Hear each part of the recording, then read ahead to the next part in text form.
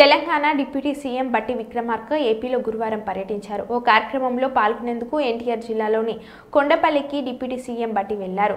ఆయనకు Mylavaram TDP MLA Vasantha Krishna Prasad స్వాగతం పలికారు. స్థానికంగా ఉన్న సాయిబాబా ఆలయాన్ని డిప్యూటీ సీఎం సందర్శించి ప్రత్యేక పూజలు చేశారు. పండితులు ఆయనకు పూర్ణ కుంభంతో స్వాగతం పలికి తీర్థ ప్రసాదాలను అందజేశారు.